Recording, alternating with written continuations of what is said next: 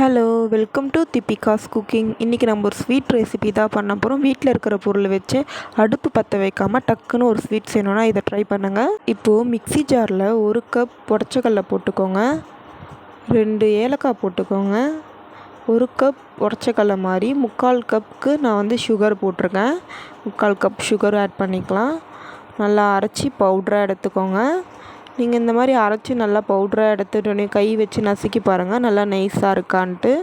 இப்போ இந்த மாவை நல்லா ஜலிச்சு பால் பவுட்ரு அளவுக்கு நல்லா நைஸாக எடுத்துக்கலாம். ஒரு பவுலுக்கு மாற்றிடுங்க அந்த பவுட்ரை. இந்த மாதிரி நெய்யை உருக்கி கொஞ்சம் எடுத்துருக்கேன்.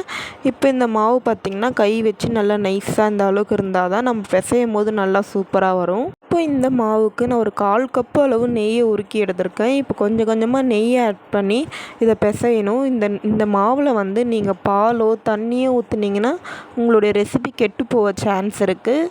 அதனால் பால் தண்ணியெல்லாம் ஊற்றக்கூடாது. முடிஞ்சால் நெய் ஊற்றுங்க, இல்லாத பட்சம் எண்ணெய் கூட ஆட் பண்ணி பிசையலாம். எண்ணெய் நெய் மட்டும்தான் இதை யூஸ் பண்ணி பிசையணும். எண்ணெய் விட நீங்கள் நெய் ஆட் பண்ணிங்கன்னா இன்னும் சூப்பராக இருக்கும்.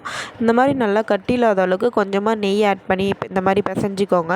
நான் ஒரு 5 நிமிஷம் அளவு நல்லா பிசைஞ்சு விட்டுட்டே இருந்தேன். நெய் ஆட் பண்ணி நல்லா இந்த அளவுக்கு நீங்கள் பிசைஞ்சாதான் நம்மளுடைய ஸ்வீட் சூப்பராக வரும். இப்போ இந்த அளவுக்கு நல்லா ரவுண்டாக பிசைஞ்சாச்சு. இப்போ ஒரு கையில் கொஞ்சமாக எடுத்துக்கோங்க, 2 கையிலையும் நெய் ஆட் பண்ணிக்கோங்க. இந்த மாதிரி தட்டையாக உருட்டி எடுத்துக்கோங்க. இப்போ இதில் நீங்கள் உங்ககிட்ட ஷேப் இருந்தால் கூட கட் பண்ணி எடுத்துக்கலாம். நான் என்ன பாருங்கள் தட்டில் வச்சுட்டு கத்தி வச்சு இதை கட் பண்ண போகிறேன். இந்த மாதிரி ஷேப் தான் நான் கட் பண்ணி எடுக்கிறேன். உங்களுக்கு என்ன ஷேப்பில் வேணுமோ நீங்கள் கட் பண்ணி எடுத்துக்கலாம். அவ்வளோதான், நம்மளுடைய சூப்பரான ஒரு ஸ்வீட் ரெடி ஆகிடுச்சு. ஈஸியாகவும் முடிஞ்சிடுச்சு. நான் இருக்கிற மாவுக்கு எல்லாம் இந்த மாதிரி ஷேப்பில் தான் எடுத்திருக்கேன். குட்டீஸ்லாம் ரொம்ப விரும்பி சாப்பிட்டாங்க. கடையில் விற்கிற ஸ்வீட் மாதிரியே இருந்தது. நீங்களும் ட்ரை பண்ணி பாருங்கள். அப்படி ஒன்றும் இது கஷ்டமானது கிடையாது. வீட்டில் இருக்கிற 2 பொருள் வச்சு தான் டக்குன்னு பண்ணிடலாம். ட்ரை பண்ணுங்கள்.